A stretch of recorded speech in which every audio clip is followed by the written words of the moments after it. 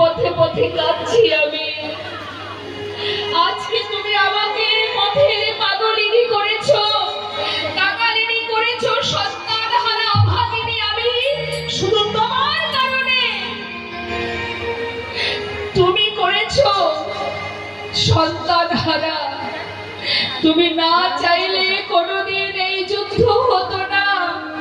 আমার সন্তানদের তুমি মেরেছো।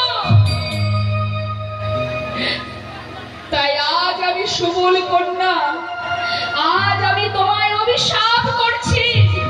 শোনো বাঁধো, আমার কুরু বংশ যেমন ধ্বংস হয়ে গেছে, তোমার যদু বংশ ধ্বংস হবে। একটা দ্বীপও বেঁচে থাকবে না। আরো বলি, শুনে রাখো, তোমারও মৃত্যু হবে, তুমিও মরবে। এক ব্যাধির হাতে তীর বিদ্ধ হয়ে তোমার মৃত্যু হবে। সমস্ত রাজসভায় যারা ছিলেন ছুটে গিয়ে মাতা গান্ধারীকে জড়িয়ে ধরে বলছে, মা, মাধবকে এই অভিশাপ করো না মা। ভগবান রথ থেকে নেমে এসে বলে উঠলেন, তোমরা শান্ত হও, মাকে বাধা দিও না, তাকে বলতে দাও।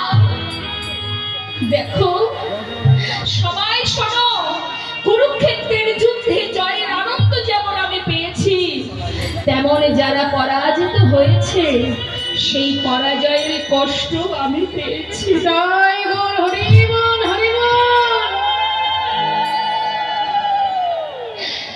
সকল মায়ের আশীর্বাদ যেমন পেয়েছি, তেমন সকল মায়ের অভিশাপও আমি মাথায় নিতে চাই।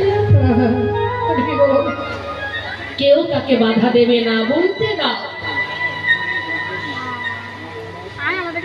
সেই যদু বংশ গোবিন্দ বলেছিলেন, মা, তোমার কথাই সত্য হবে, যদু বংশ ধ্বংস হবে। যদুবংশী কতজন ছিল মা? 56 কোটি। এই 56 কোটি যদুবংশের মধ্যে যে সন্তান, তাদের মধ্যে একটি সন্তান যার দেখতে মেয়েদের মতো।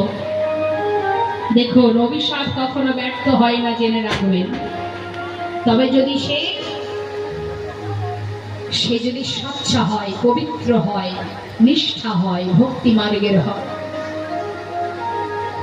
তো মাগো, সেই মেয়েটি, মানে সেই মেয়েদের মতো দেখতে, যার নাম শাম্ভ, ওই 56 কোটি যদুবংশের সন্তানগুলি যখন পরিপূর্ণ যৌবন